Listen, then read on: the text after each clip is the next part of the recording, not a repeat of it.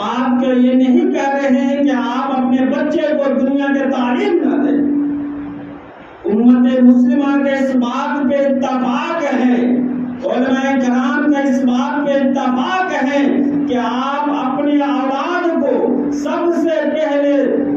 دنیا نہیں بلکہ دین کا علم سکھائیے، اس کے بعد دنیا کے علم سکھائیے۔ دنیا کے بڑے سے بڑی ڈگریاں لیں، ڈاکٹر بنائیں، انجینئر بنائیں، IPS IAS DM کلکٹر بنائیے، لیکن سب سے پہلے بنیادی علم جو ہے، بنیادی شکشا جو ہے، بنیادی تعلیم جو ہے، اپنے اولاد کی اس بات کا تعلیم دلائیے کہ اے محبوب آپ کہہ دیجئے اپنے ماننے والے کو، امت محمدیہ کو یعنی مسلمانوں کو کہ اے مسلمان پڑھیے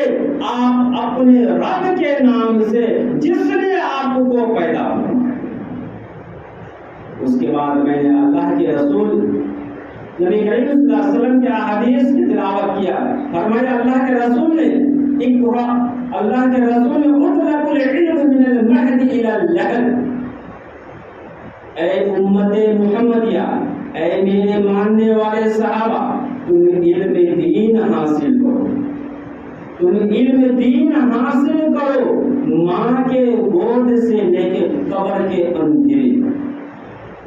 پھر فرمایا وطلب العلم من المہد الى اللحد، طلب العلم فریضۃ علی کل مسلم والمسلمہ، علم دین کا حاصل کرنا مسلمان مرد اور عورت کے اوپر فرض کرا۔ ہم اس بات کو یہ نہیں کہہ رہے ہیں کہ آپ اپنے بچے کو دنیا کے تعلیم نہ دیں۔ امت مسلمہ کے اس بات پہ اتفاق ہے،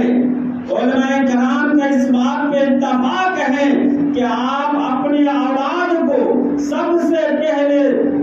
دنیا نہیں بلکہ دین کا علم سکھائیے، اس کے بعد دنیا کے علم سکھائیے۔ دنیا کے بڑے سے بڑی ڈگریاں لیں، ڈاکٹر بنائیں، انجینئر بنائیں، IPS IAS DM کلکٹر بنائیے، لیکن سب سے پہلے بنیادی علم جو ہے، بنیادی شکشا جو ہے، بنیادی تعلیم جو ہے، اپنے اولاد کی اس بات کا تعلیم دلائیے کہ اے میرے اولاد، اے میرے بچے، تمہارے اوپر اللہ نے علم دین کا حاصل کرنا فرض کر دیا۔ میرے اولاد، اے میرے بچے، تمہارے اوپر اللہ نے علم دین کا حاصل کرنا فرض کر دیا۔ اتنا علم دین حاصل کرو، اتنا علم دین حاصل کرو کہ تم یہ سمجھ سکو کہ نماز کے اندر کیا واجبات ہیں، نماز کے اندر جو ہم نماز پڑھنے کے لیے آئے ہیں اس کے اندر کیا فرائض ہے، آیا ہمارا جسم ناپاک ہے یا پاک ہے۔ ایک ناپاک جسم کے اندر ہم مسجد کے اندر آ گئے، ناپاک جسم کے اندر ہم نماز پڑھ رہے ہیں، آیا ہمیں نماز کے اندر کیا طریقہ اختیار کرنا پڑے گا، پاکی حاصل کرنے کا کیا طریقہ ہے، ناپاکی سے بچنے کا کیا طریقہ ہے، اگر ناپاک ہو گئے ہیں تو پاک کس طرح ہوں گے۔ اگر ہم نماز پڑھنے کے لیے آئے ہیں تو نماز کے اندر واجبات کیا ہے، مستحبات کیا ہے، فرائض کتنے ہیں، سنن کتنے ہیں، اتنا علم ہر ایک مسلمان کو اوپر ضروری ہو گیا کہ وہ اپنے اولاد کو پہلا تعلیم یہ ہے کہ سکھلائیں۔ اگر آپ نے اپنے اولاد کو اس بات کا علم نہیں دیا، اس بات کا علم نہیں دیا تو کل قیامت کے دن ہوگا، میں آپ سے گواہی دے رہا ہوں، کل قیامت کا دن ہوگا وہی اولاد جس کے واسطے آپ نے اپنے جسم کے خون کو پسینہ بہا بنا کے کھیتوں کے اندر بہا دیا، جو اپنے جسم کے خون کو کیا کہتے ہیں بدیشوں کے اندر خرچ کر دیا، اپنے طاقت کو کھیت اور کھلیان میں خرچ کر دیا، اپنے دماغ کے سوچنے کے طریقے کو اپنے اولاد کے پرورش کے اوپر خرچ کر دیا۔ لیکن میرے بھائیوں یاد رکھیے کل قیامت کا دن ہوگا، وہی اولاد آپ کے لیے جنت میں نہ بلکہ جہنم میں جانے کا راستہ کھول دے گا۔ آپ اپنے آپ کو نمازی کہلاتے ہیں، روزے دار کہلاتے ہیں، مسلمان کہلاتے ہیں، مسلمان کے گھر میں پیدا ہو گئے، مسلمان ہو گئے، ٹھیک ہے بابا، آپ نماز پڑھ کے مر گئے، اللہ کے یہاں کل قیامت کے دن پیشی ہوگی، اللہ آپ کے حق میں جنت میں جانے کا پروانہ آپ کے دائیں ہاتھ میں دے دے گا، آپ کے اولاد کے ہاتھ میں جہنم میں جانے کا پروانہ اللہ دے دے گا۔ آپ کے اولاد اللہ کے سامنے کھڑے ہو جائیں گے اور عرض کریں گے اے باری تعالیٰ آخر ہمارا کیا گناہ ہے، ہم نے کون سا خطا کیا کہ ہمارے والد کو تو جنت میں جانے کا آپ نے پروانہ دے دیا اور ہمیں جہنم میں جانے کا پروانہ دے دیا۔ مقدمہ دائر کر دیں گے جس طرح ہم اور آپ تھانہ کے اندر کوئی کچہری کے اندر مقدمہ دائر کرتے ہیں، ٹھیک اسی طرح کل قیامت کے دن وہ اولاد جس کے واسطے ہم نے ایک ایک انچ دوسرے کا غصب کیا، ایک ایک روپیہ اکٹھا کر کے گھر مکان بنا کے رکھ دیا، وہی اولاد کل قیامت کے دن ہمارے لیے رسوائی کا سامان بن جائے۔ اللہ فرمائیں گے بتاؤ کیا ماجرا ہے، کیا ماجرا ہے، تم کیا کہنا چاہ رہے ہو؟ وہ کہے گا اے باری تعالیٰ یہ ہمارے والد ہیں جس نے اپنے آپ کو تو نماز پڑھا، اپنے آپ کو تو روزہ رکھا، جنت میں جانے والا بنا، لیکن ہمیں اپنے پیچھے دنیا میں جنت میں جانے والے سامان تیار کرنے کے لیے نہیں بلکہ دنیا میں چھوڑا تاکہ دنیا کے اندر ہم مشغول رہیں اور دنیا حاصل کریں۔ تو ہم نے حاصل کیا، دنیا کمایا، لیکن اللہ ہم کو ہمارے والد نے آخرت کا علم نہیں دیا، اس میں ہمارا کیا غلط ہے؟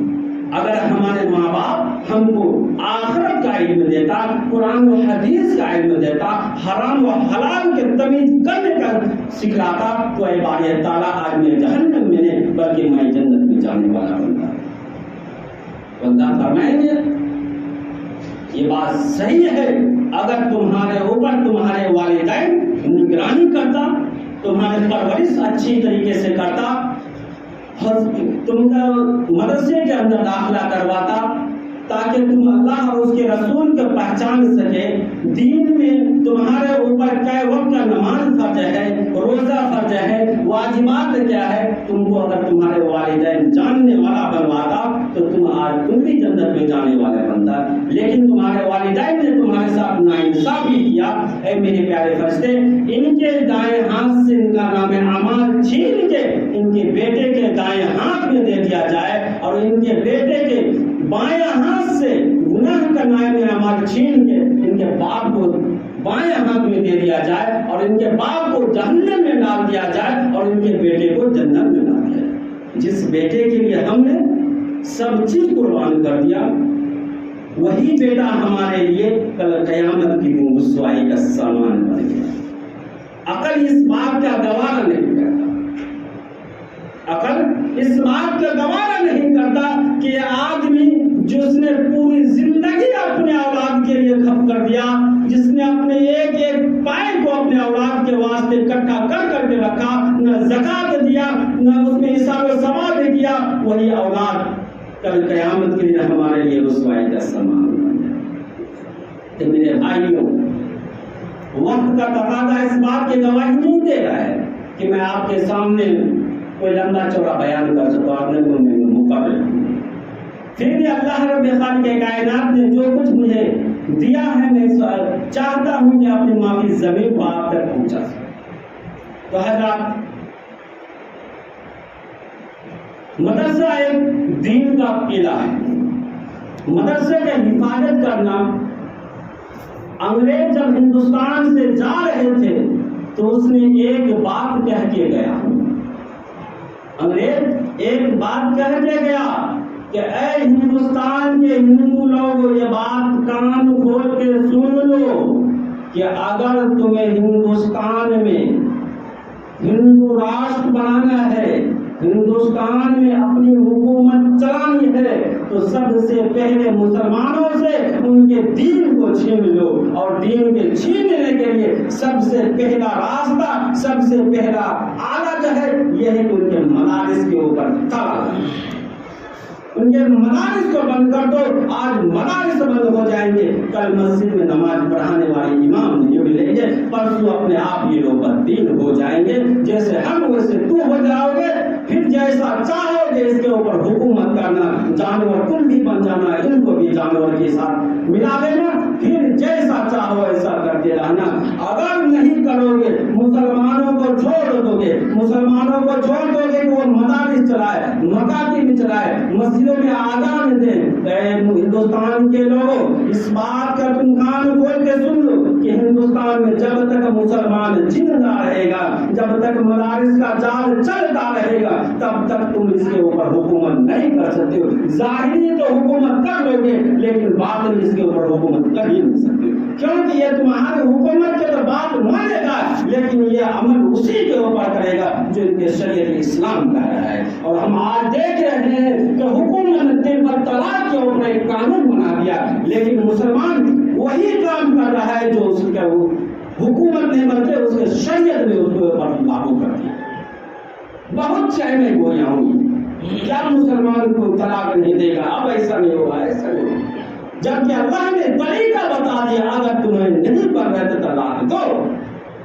اور اس کے مسلمانوں نے اختیار کیا. سب سے زیادہ بے حیائی بددین برائی اگر کسی قوم میں ہے تو ہندو ہے لیکن ان کو اپنی برائی نظر نہیں آتی. وہ سوچ رہے ہیں کہ مسلمان کا برائی کیسے ہو, مسلمانوں کے اوپر حکومت کیسے کرنی. بس ان کے ایمان کے اندر نقشہ بنا ہوا ہے. RSS والوں کا, شیو سینا والوں کا, یعنی جتنے بھی لوگوں کا گروہ ہے سب کا یہ بنا ہوا ہے کہ مسلمانوں کے اوپر حکومت کرنا ہے تو کرنا کیسے. ان کے ایک